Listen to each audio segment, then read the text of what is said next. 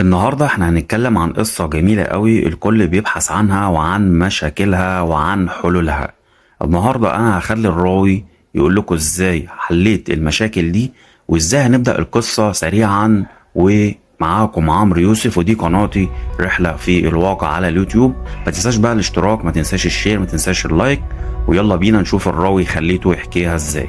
لا تذهب قبل أن تكمل هذه القصة للنهاية، لأن ما ستقرأه الآن قد يغير الطريقة اللي بتفكر بيها في كل لحظة من حياتك. تخيل إنك مش أنت اللي بتختار، مش أنت اللي بتقرر، ومش أنت حتى اللي بتعيش يومك على طريقتك.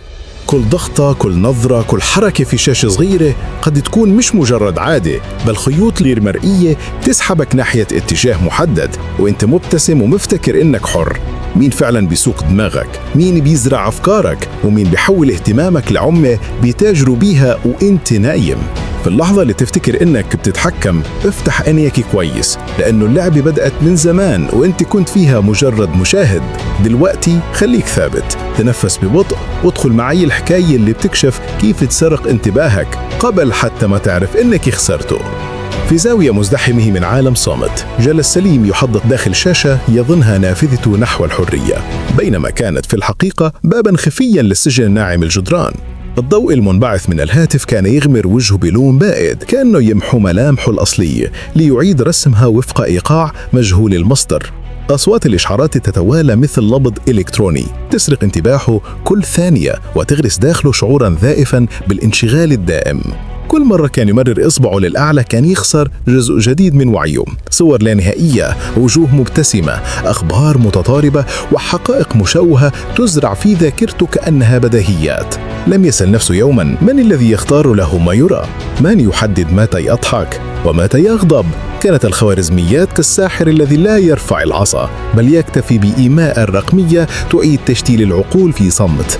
بدأت ملامح سليم تتبدل، عينيه أصبحت زجاجية، ذهنه مشغول بأشياء لا تخصه، قلبه يرتجف من فراغ غير مفهوم. كل لحظة كان يشعر أنه أقرب لفهم شيء عظيم، لكنه لا يدرك أن ذلك الشيء مجرد طعم. تتابعت الأيام وهو يظن أنه يتحكم، بينما الخيوط تزداد إحكاما حوله. في ليلة هادئة انقطع الإمكان فجأة، الصمت حل محل الضوضاء. لأول مرة سمع صوت أنفاسه دون مؤثرات. حاول يفتح الهاتف، لا إشعار، لا صوت، لا حياة داخل المستطيل اللامع. فجأة أدرك إنه لا يعرف من يكون. كل أفكاره كانت نسخا من كلمات الآخرين، كل رغباته صدى لرحلات غريبة عنه. عندها شعر بفراغ مخيف، كأن العالم اختفى وتركه وحيدا مع نفسه. وقف أمام المرآة، نظر مطول لوجه لم يعد مألوفا.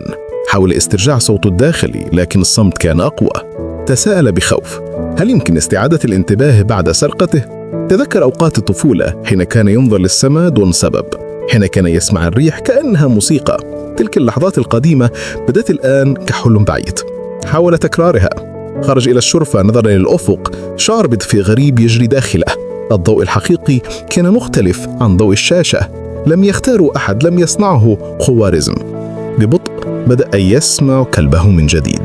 أدرك أن الانتباه ليس مجرد تركيز، بل هو بوصلته، ميزانه، حريته، وأن العالم من حوله لن يتوقف عن محاولة سرقته، لأن الانتباه أصبح أثمن من الذهب، أغلى من الزمان، وأقوى من السلطة. حين عاد الإنترنت الهاتف أضاء جديد، إشعارات سابقة الأصوات عادت، لكن هذه المرة لن يمد يده فورا. ابتسم، علم أن اللص لن ينجح مجددا إلا إذا سمح هو بذلك. ترك الجهاز جانبا، تنفس بعمق، وصار نحو المجهول، هذه المرة وهو يقود نفسه بنفسه. وهكذا لم تعد القصة عن سليم وحده، بل عن كل من نسي أن عقله هو الميدان، وأن الانتباه هو السلاح، وأن من يهمل وعيه يصبح تابعا لمن يفكر عنه دون أن يدري. في النهاية لن تسرق حياته كلها، فقط الجزء الذي توقف فيه عن الملاحظة، والباقي ينتظر لحظة استيقاظ جديدة. مرت أيام بعد تلك الليلة، وسليم بدأ يختبر العالم كأنه يولد من جديد. كل شيء بدأ مختلفا، صوت المار، ألوان الجدران، حركة الغيوم، وحتى خفق الطيار فوق الأسطح. لم تعد عين تبحث عن شاشة، بل عن معنى. كان يشعر بأن داخله مساحة هائلة كانت نائمة ولن تستيقظ ببطء، متفائما كجسد خارج من سبات طويل. بدأ يكتب، لا منشورات ولا تغريدات، جملا لا يراها أحد غيره. كان يخطها على ورق قديم يحتفظ به منذ الجامعة. في كل سطر كان يعيد ترتيب فوضى. أدرك أن الكلمات حين تكتب من القلب لا تحتاج جمهور لتكون حقيقية. كل حرف يدون وكان بمثابة استرداد لجزء من ذاته المسلوبة. لكن العالم الخارجي لم يهدأ. الأصدقاء عادوا يرسلوا روابط، الإعلانات تتسلل من كل زاوية، والأخبار تصرخ من خلف كل نافذة إلكترونية.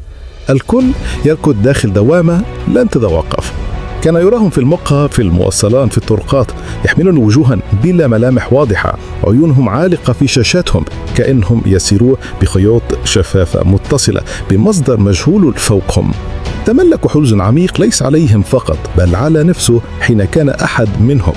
كيف استطاع أن يعيش كل ذلك الوقت دون أن يشعر بالاختناق؟ الآن بعد أن تذوقوا لحظة وعي حقيقية صار الماضي يبدو كغيبوبة طويلة. قرر أن يبدأ تجربة مختلفة. ترك هاتفه في غرفة مغلقة وخرج نحو الغابة القريبة من المدينة. الهواء هناك كان نقيا، لا إشعارات، لا ضوء مصطنع، لا صوت متقطع. جلس قرب جذع شجرة ضخم وأغمض عينيه واستمع لنبض الأرض. لأول مرة شعر أن الزمان بقية وأن اللحظة يمكن أن تكون أبدية إذا كنت حاضرا بالكامل. فجأة سمع صوت خطوات تقترب. فتاة كانت تمشي بين الأشجار تحمل كاميرا صغيرة. توقفت حين رأته وسألته: مش خايف من الضيعة هون؟ ابتسم وقال بهدوء: اللي بيضيع جوا نفسه مش الغابة اللي بتخوفه. ضحكته خفيفة وجلست مقابله. دار بينهما حديث طويل عن العالم، عن الضجيج، عن الإنسان اللي تحول لمنتج يباع ويعاد تسويقه في كل لحظة. كانت كلماتها صادقة مليئة بتساؤلات عميقة تشبه أسئلة القديمة، لكنه هذه المرة وجد فيها مرآة، لا مرسلا ولا متلقيا بل روح تبحث مثله عن توازن حقيقي. ومع غروب الشمس قرر العودة للمدينة لكن بعيون مختلفة. اتفقا أن يجرب يوما بلا شاشة وأن يدونوا كل ما يلاحظانه حوليهم. اكتشفوا أن الشوارع مليئة بالتفاصيل لم ينتبه لها من قبل. طفل يرضق حلف حمامه، رجل يبتسم رغم التعب، بائعة تبيع الزهرة وتغني بالصوت الخافض. الحياة لم تكن ناقصة، فقط كانت مختفية خلف ستار الانشغال. وفي مساء جلس سليم على سطح بيته ينظر للسماء نفسها الذي تجاهلها سنين. كتب آخر جملة في دفتره: سارقة الانتباه كانت أخطر من أي جريمة لأنها لا ترتكب بالقوة بل بالرضا. ثم أغلق الدفتر، وضع قرب النافذة، وأغلق الهاتف مرة أخرى. هذه المرة لم يكن هروبا من العالم بل عودة لذاته. أدرك أن القيادة لا تحتاج سرعة بل وعيا مستمرا بطريق. وفي صمت وطمأن همس لنفسه. بعد مرور أسابيع على لحظة التحول صار سليم يعيش بإيقاع مختلف. لم يعد يلهث خلف الأخبار ولا يشارك سباق الآراء، بل صار يراقب العالم من زاوية صامتة كمن اكتشف سحر البطء. كل صباح يستيقظ على صوت العصافير بدل نغمة منبه. يصنع قهوته دون استعجال. يجلس في مكان بسيط قرب النافذة يراقب الضوء يتسلل إلى الغرفة مثل وعد جديد بالصفاء. بدأت أفكاره تأخذ شكلا أعمق. صار يرى أن السيطرة لم تكن يوما في الأجهزة بل في العقول التي لم تتعلم أن تسأل لماذا.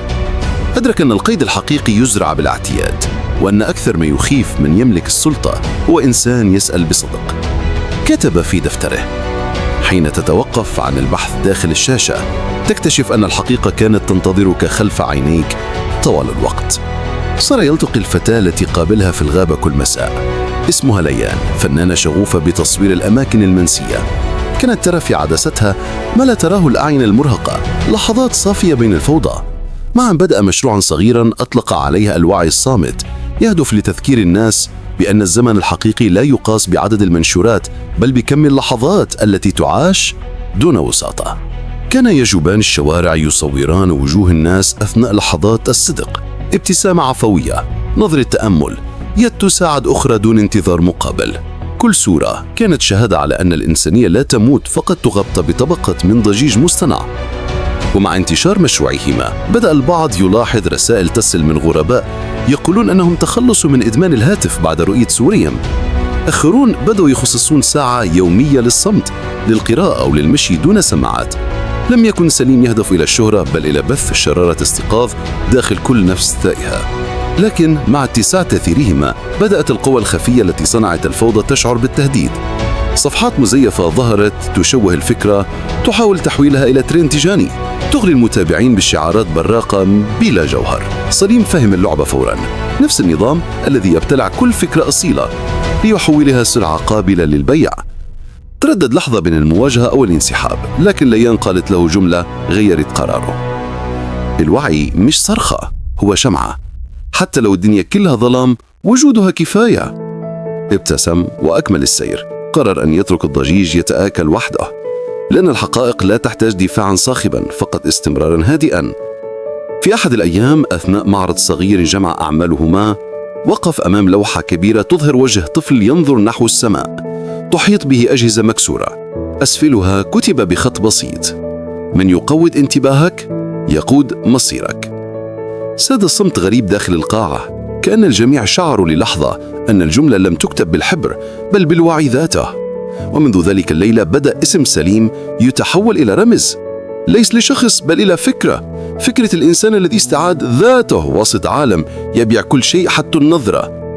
وفي ختام كل يوم كان يكتب في دفتره الأخير: الحرية لا تمنح، تستعاد عندما تتذكر أنك كنت تملكها منذ البداية. وفي آخر صفحة ترك سطر بلا نهاية، كأنه يدعو القارئ أن يكمله بنفسه.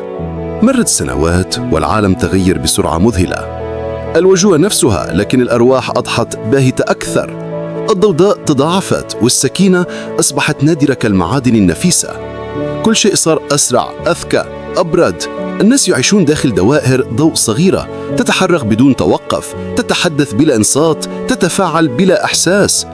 وسط هذا التيار الإلكتروني الجارف ظل سليم هاديا كحجر في قاع نهر، لا يقاوم التيار لكنه لا ينساق معه أيضا. في صباح غائم وقف على سطح أحد الأبنية العالية، يطل على المدينة المتلألئة بالشاشات. الألوان اصطناعية، الحركة آلية، الضحكات محفوظة في ملفات صوتية متكررة. تأمل المشهد طويلا، شعر أن كل نافذة تحمل وجه واحد بعدة نسخ. تلك النسخ التي كانت يوما تحلم وتحب وتغضب بصدق صارت الآن تدار كبرنامج مبرمج بدقاء. رفع عينيه نحو السماء، كانت السحب تتقاطع كأنها تحاول رسم طريق خفي بين الضجيج والهدوء. تذكر دفاتيره القديمة وعبارته الأخيرة التي تركها ماقصة. أخرج قلم صغير، كتب على صفحة جديدة: الاستيقاظ ليس نهاية الحلم بل بدايته الحقيقية. ترددت الريح حوله كأنها تصفق لتلك الجملة. أغلق الورقة بعناية، وضعها داخل زجاجه وألقاها من أعلى السطح. كانت تسقط ببطء، تدور حول نفسها قبل أن تختفي بين الشوارع. ابتسم، شعر أن رسالته وصلت حيث يجب. ربما ستلتقطها يد تبحث عن ذاتها كما كان هو يوما. تسلل ضوء الشمس من بين الغيوم، انعكس على الزجاج المحطم في الأرض البعيدة، فشكل ومضة قصيرة أضاءت وجهه. في تلك اللحظة أدرك أن الحكاية لم تكن عنه أصلا، بل عن كل من فقد بوصلته في زمن يباع فيه الانتباه كالسلعة. رحلوا عن المدينة في صمت، لم يترك أثرا سوى كلمات قليلة محفورة على باب غرفته القديمة: من يملك وايه لا يمكن لأحد أن يسرق. بعد سنوات وجد طفل صغير تلك الجملة مصادفة، وسأل والدته عن معناها فلم تعرف في الإجابة، لكن شيئا ما في صوته الطفولي جعلها تبتسم بحيرة. في المساء رأت الزجاجة القديمة تطفو قرب الشاطئ، داخلها الورقة ذاتها. فتحتها، قرأت السطر المكتوب بخط مرتجف، ووقفت طويلا أمام البحر كأنها تسمع همس يأتي من بعيد يقول: الانتباه هو بداية كل حرية. أغلقت الورقة، نظرت إلى الأفق وأخذت نفس عميق. وفي تلك اللحظة بدأ فجر جديد.